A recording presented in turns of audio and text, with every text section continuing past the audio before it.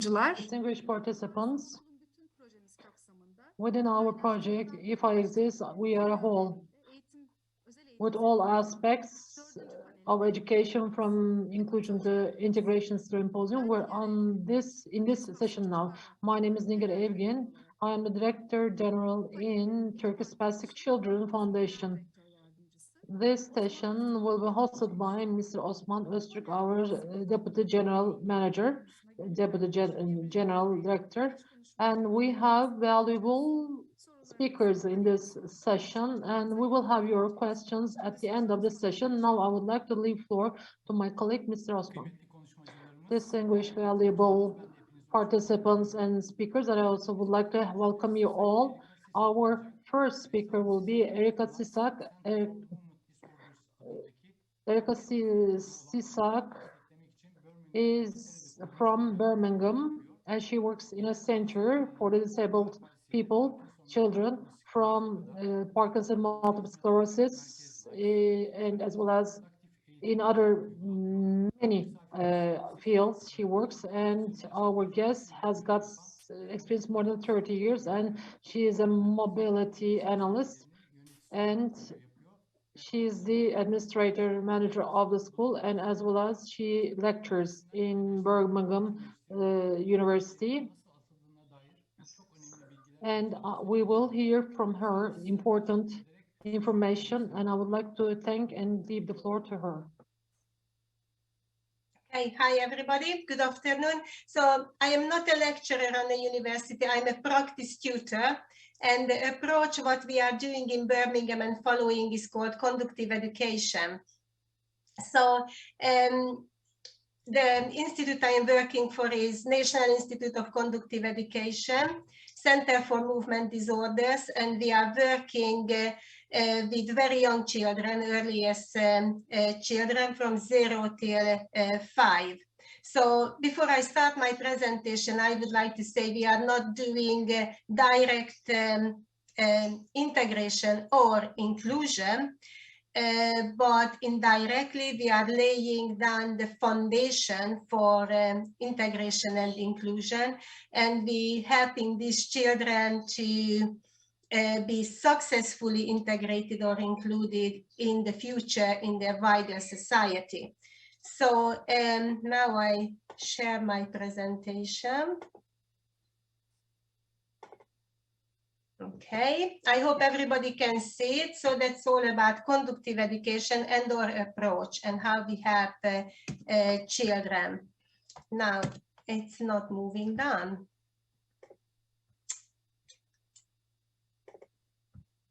Let's try to share this one. Oh, it's moving, good. So first of all is what conductive education is. Conductive education is originated in Hungary in the 1940s, and it's a combination of teaching, learning, and therapy. You imagine like you put movement therapies together with a teacher or a special teacher. So this is how conductors are acting and working with children. Conductive education primarily designed for children and adults as well with neurological movement disorders.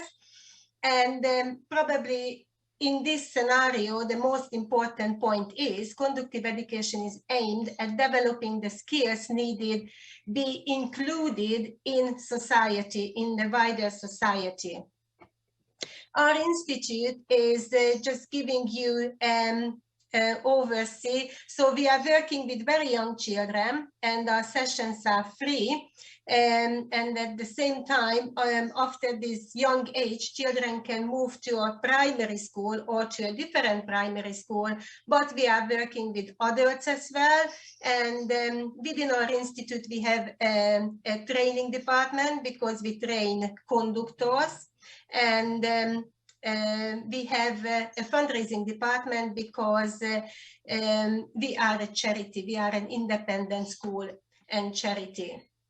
The diagnosis we are seeing, so as I said at the beginning, the method what we are following conductive education is originally was designed to work with children with cerebral palsy, but now it's proved to be beneficial for so many other children with special educational needs where the physical disability or delay is manifest.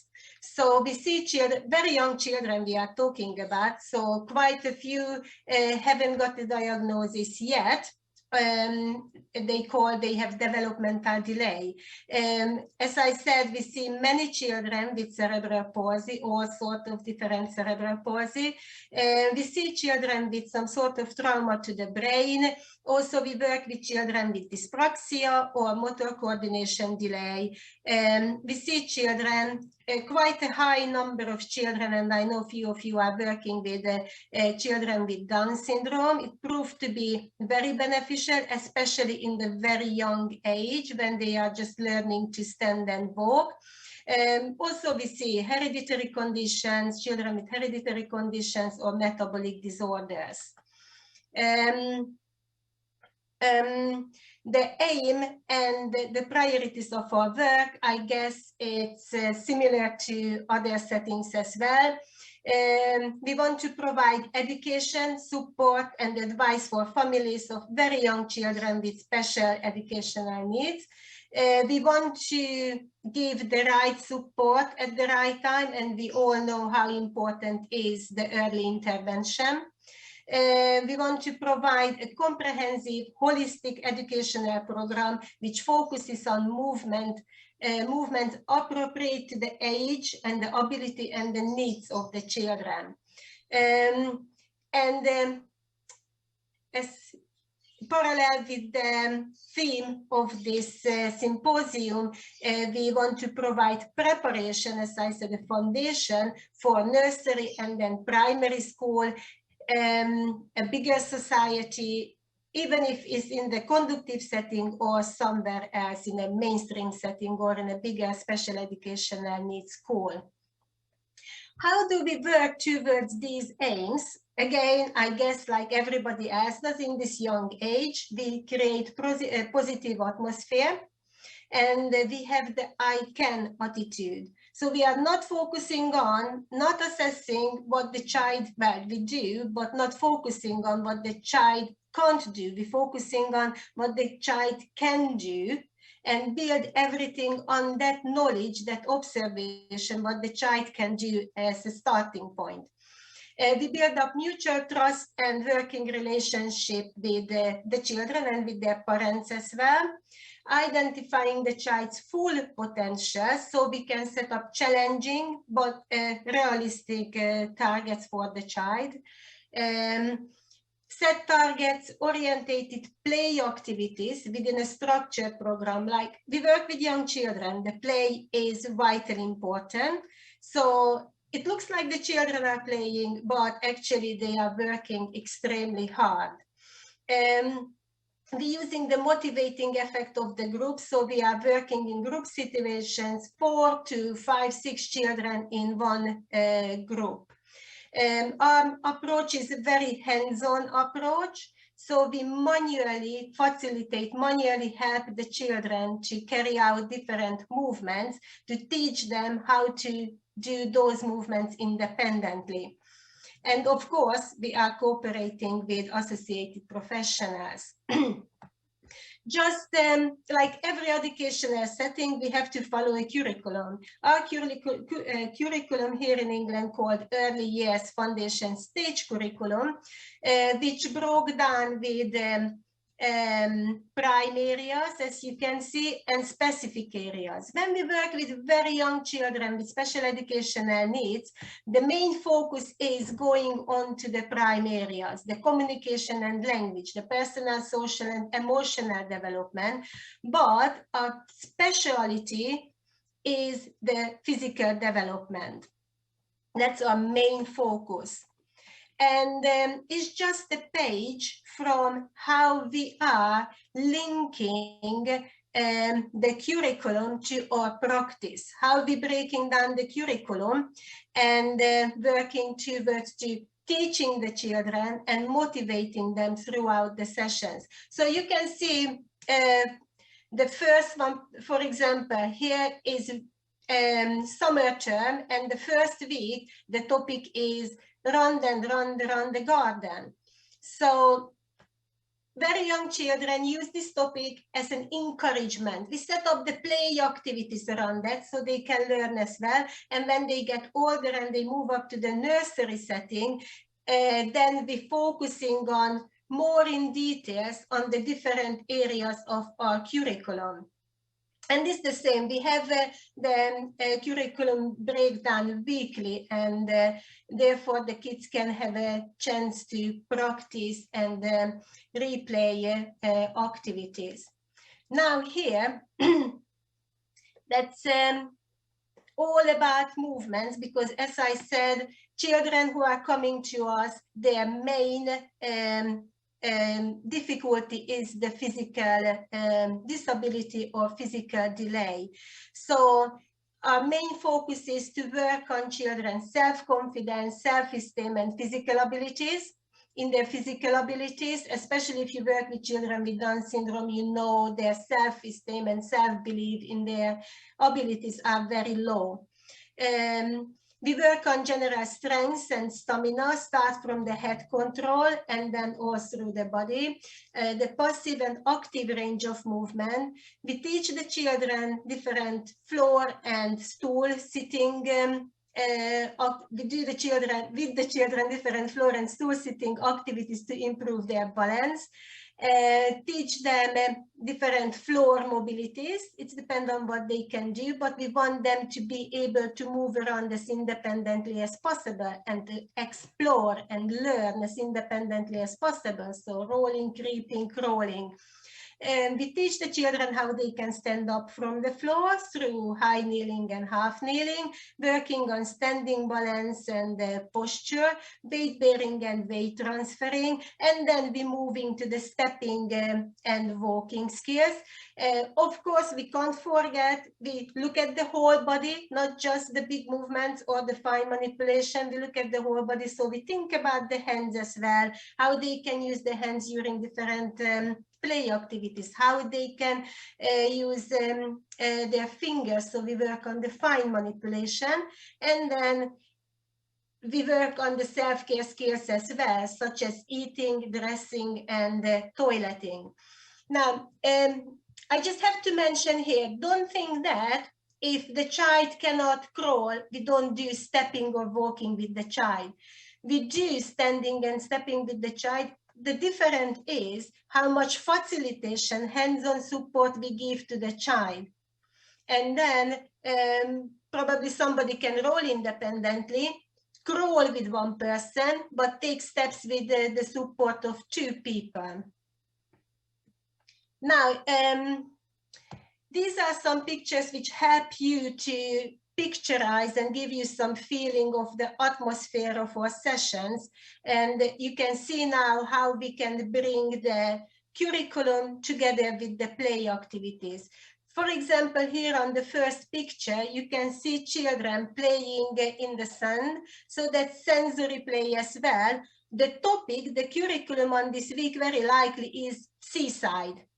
So they're working on their sitting balance, they're leaning forward, using their hands, working on their manipulation skills. Or at the second picture here, you can see the topic, what relates to the curriculum, very likely around the world. So they are sitting in the boat and they are rocking from side to side, use their hands to maintain their sitting balance. They sing a topic related song, and then rock from side to side and learn how they can maintain that sitting balance and not falling out of the boat. Then there is more a sensory play. You can see working on the manipulation skills, getting cotton balls or anything what is white and throwing up, playing that the snow is falling. So that must be winter time. Or the last picture you can see, it's very likely the topic is the curriculum is harvest, and how we bring the curriculum into the physical activities, like working in high kneeling, on the core, on the use of hands, and picking the fruits. So these pictures are from the sessions when the children are attending with their parents. So we are teaching the parents as well how they work with their children, so they can take some of the activities, some of the ideas home and carry on with their children. Now these pictures, very similar, topic relates to the physical activities, but these are older children, and they are attending without their parents. You see, the topic is autumn, and then they are working on their very own moving around method, how they can move from one point to the other. Here at the sitting, they're working on their sitting balance, leaning forward, what is difficult for little kids, grabbing that leaf, throwing up. You can imagine how much fun they have. And then they, at the same time, they are working on their physical skills. At the table, you can see they are making a Mother's Day card, but in reality, in practice, they are working on their fine manipulation skills. I hope these pictures help you to get some feeling how we are working with the children. And as we are an educational setting, you know, we have to do different record keeping, and we have to do measurements as well. You can see we use the gross motor function measurement.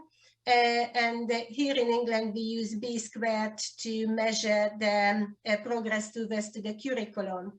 Movement-wise, we obviously take photos and videos. We do termly progress reports, and we have a very useful tool, what is called the Seesaw Learning Journal, what is like, I could say like Facebook, but it's encrypted, so safe, and we can upload the photos and the videos of the children up on that website, and then parents can access it, and everybody who got parental permission can access the children's photos and videos.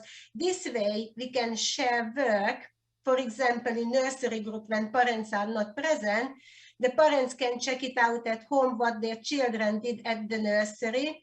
And the other settings where the children are attending, because most of our children are attending to other nursery, the practitioners, the professionals can check out what the children are doing at Conductive Education. And if they have any question on how to support the children's physical development, then we can share that information.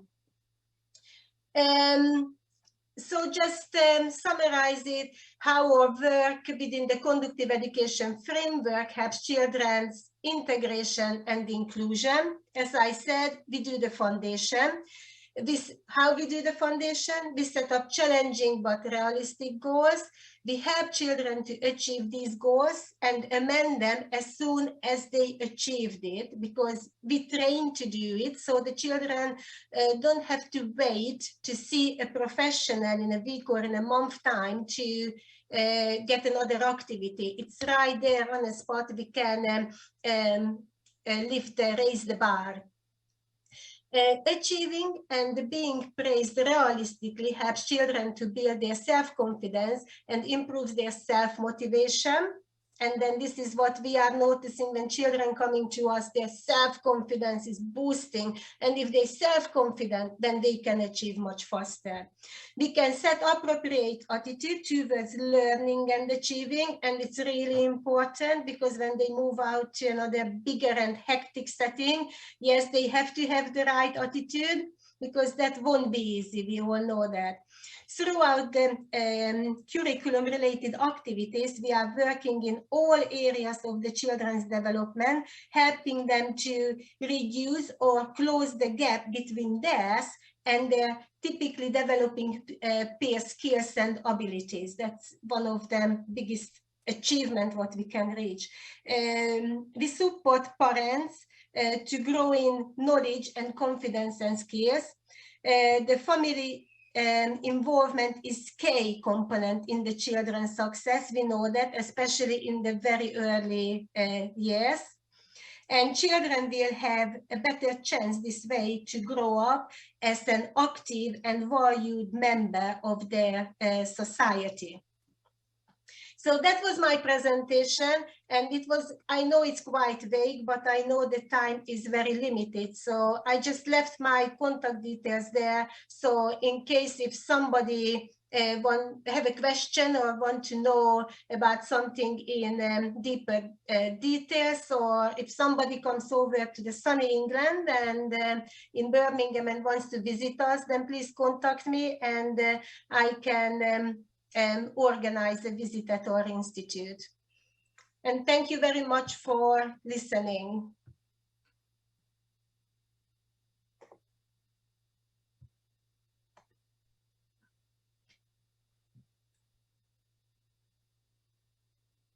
Evet, Sayın Erika Sisak, size çok teşekkür ediyoruz. Thank you, Ms. Erika Sisak, for the presentation, as well as accepting excuse me, as well as for this kind invitation that she has made, and she has made a door for us to pay a visit to her. Thank you very much for this, and I would like to invite Anita Lukic from Croatia. Excuse me, Dinka Vukovic from Croatia, and she is from Croatia. She's a member of the board. She's a professional working in this field, and now she will be talking about Croatian Down Syndrome Association, what we do, because she has a Down syndrome, she has a boy with Down syndrome, and she will tell about her experiences. And I would like to thank her, and I would like to give the floor to her. Thank you.